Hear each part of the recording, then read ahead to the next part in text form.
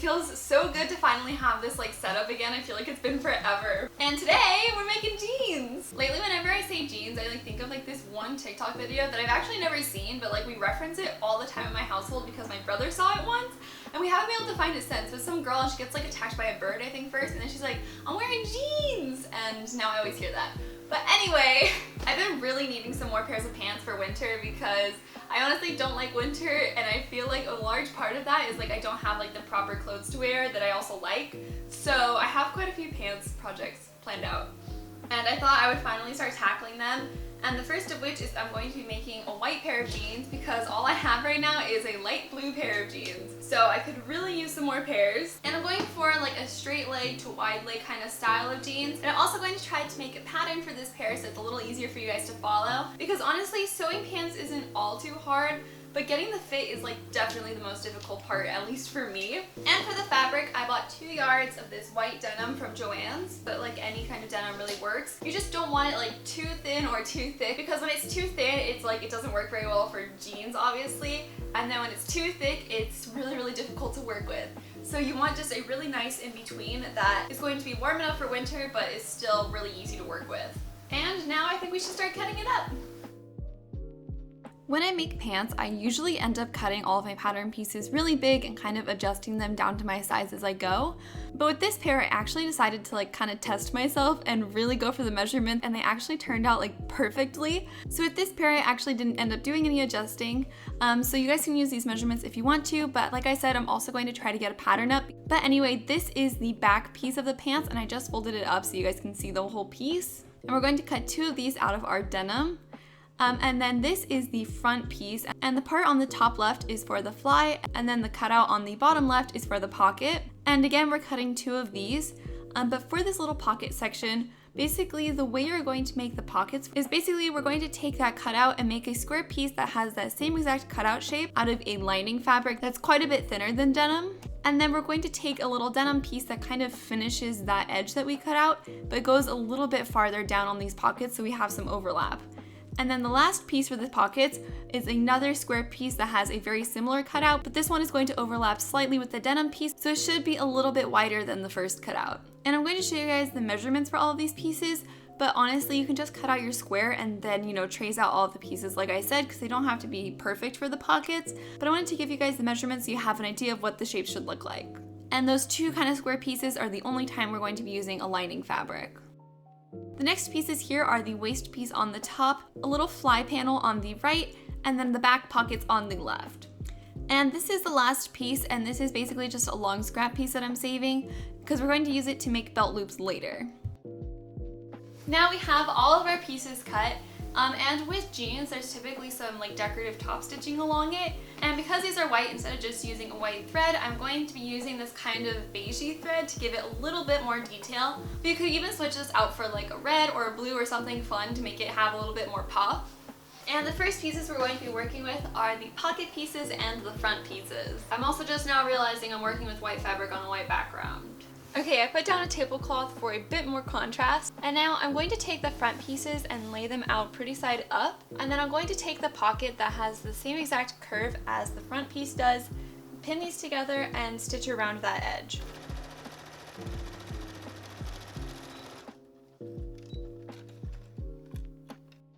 Then I'm going to put some notches into this seam so that it has more mobility. Flip the pocket over and put 2 parallel top stitches across the rounded edge to give it a little bit of detail.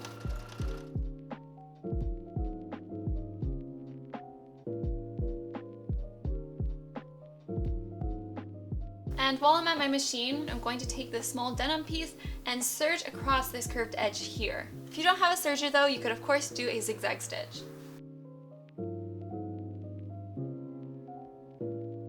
Alright, and now I'm going to take one of my front pieces and lay it on the back so that I can see the pocket we just sewed on.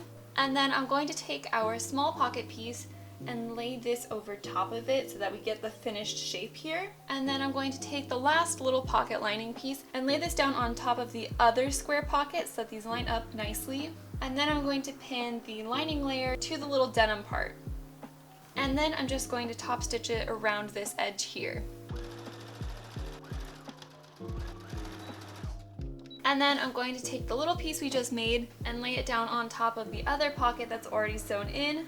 And then I'm going to pin these together and sew it across these two edges here. And we want to make sure that we're lifting these up, so we're just sewing these two layers.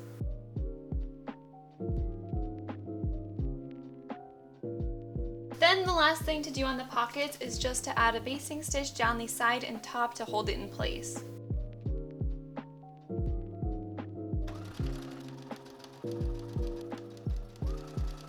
And then we have pockets! And now that our snazzy little pockets are done, we can actually start assembling these pants by taking one front piece and one back piece, pinning them together pretty side, and sewing them down either side seam.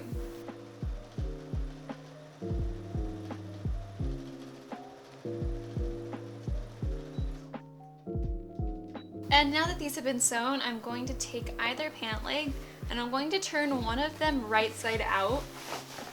And then I'm going to put that one inside of the other pant leg. And then I'm going to match up all of their seams and pin them together around this curved edge here. But when we reach this side with this little kind of flap here, we're going to continue sewing straight up for about an inch, and then we're going to stop. So I'm going to start from here and sew around.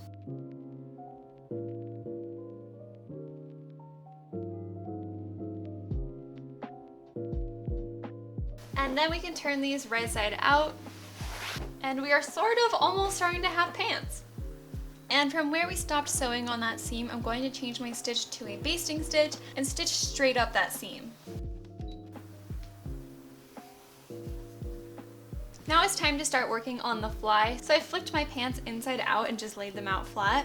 And for my fly, I'm going to be using this 6-inch zipper I got from Joann's. And putting in flies is really not all that hard. So this is our little fly flap here where we basted the stitches down. And my basting stitches start right here, so I'm going to just mark this so I know where I want to start. And then I'm going to open this up flat. And now I'm going to take my zipper and put it face down. And I'm going to position my zipper where I want it. And the left side of it should line up right on that seam. And then I'm going to pin the right side down and sew it.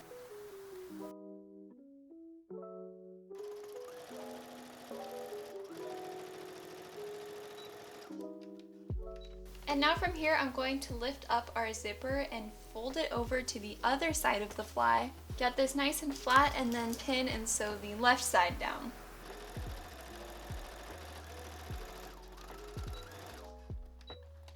And now I've turned my pants back right side out, and I folded over the flap to the right side, and I'm going to pin it to the front of the pants and sew the classic little fly top stitching down. And then we can take out those basting stitches and we can open and close our fly. Now that we have our fly, there is one more little step we have to do, because when you unzip it, you don't exactly just want to have it open like this. So we're going to add in a little flap just so that this looks a little bit nicer. So I'm going to take this piece that we cut out, and it's already pretty side to pretty side, and I'm just going to sew around the perimeter, leaving the top edge open.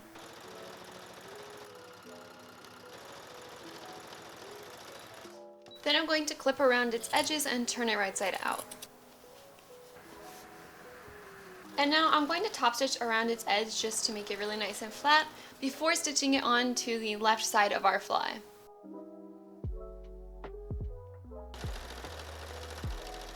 And I'm also going to cut the top of it off so that it's all the same length. And next we're going to add a little bit more top stitching. Starting from the very bottom of the fly, we're going to push all of our raw edges to the right side and then top stitch them down all across the seam up to the back.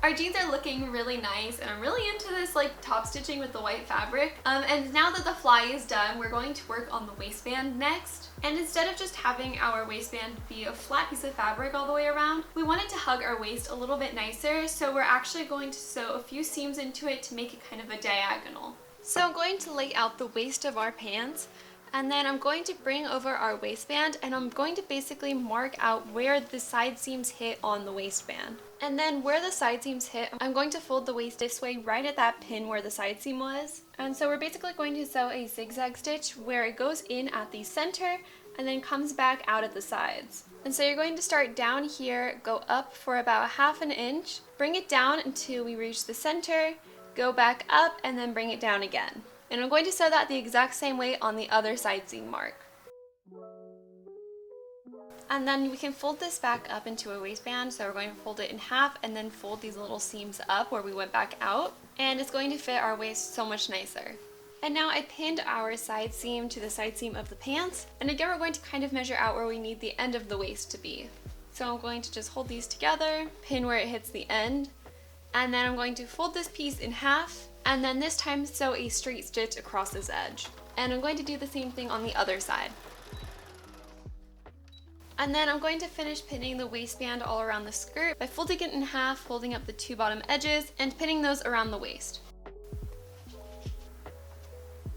And then I'm going to top stitch the waist all the way around to attach it to the bottom edge. And denim can be quite thick, so don't worry too much if you break a needle or anything, just go over that section really slowly, maybe using the little hand crank on the side.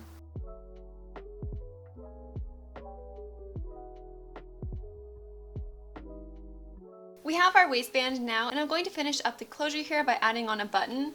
So you can really choose any kind of button that you want for this.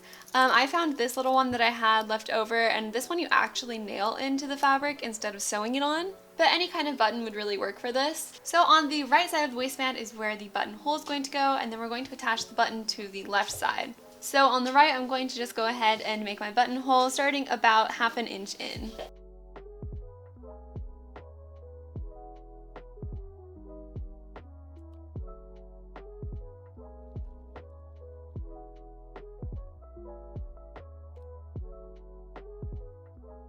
Now that our button is done, I think we should work on the belt loops next. So I'm going to take that long strip we cut out and I'm going to serge it down either edge. But again, you can zigzag it.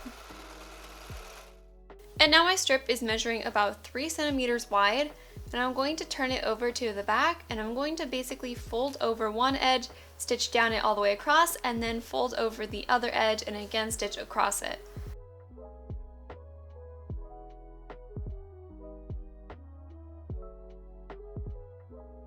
And now I'm going to cut this piece into 5 equal sections.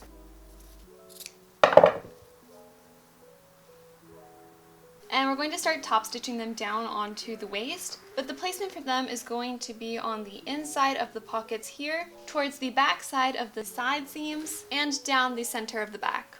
And to top stitch them on, we're just going to fold over the top edge a little bit and stitch it to the top section of the waistband, and then we're going to have the bottom of it go a little bit past the bottom of the waistband, fold it up again, and top stitch it down.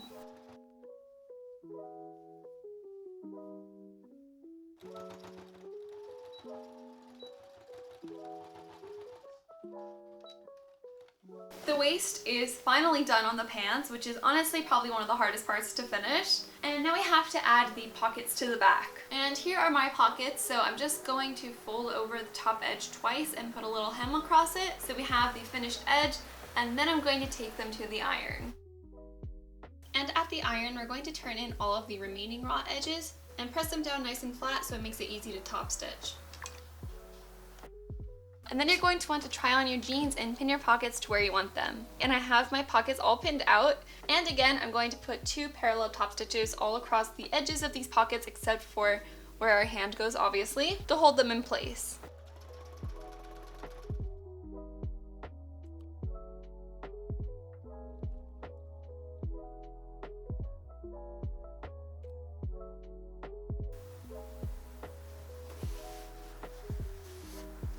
And now the very last thing to do on these pants is to try them on one more time, mark where you want the finished length to be, and then add a hem across each pant leg.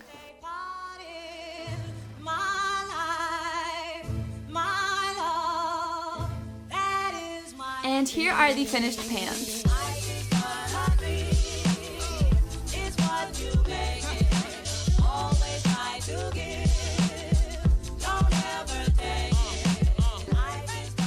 By By far, you guys, these are definitely the nicest pants I have ever made. I'm so in love with how the fit turned out because, like I said, I usually end up having to do quite a bit of adjusting, but these ones actually turned out perfectly on the first try. I was so pleasantly surprised. And I'm really into this white color for winter, but I'm also probably going to be going back and making a bunch more pairs out of different denim. Also, if you look closely at these bench shots, there was a bee floating around me for like 10 minutes and I didn't even notice. And then I did notice. But anyway, look how freaking deep these pockets are, you guys. You can fit a whole phone and you don't even see it in the front pocket. That is hands down the best part of making your own pants. But anyway, I really hope you guys give this tutorial a try, and if you do, you can always send me a picture on Instagram. I love seeing your guys' projects, and I hope to see you guys back here next Friday for a new video, so stay tuned. Bye!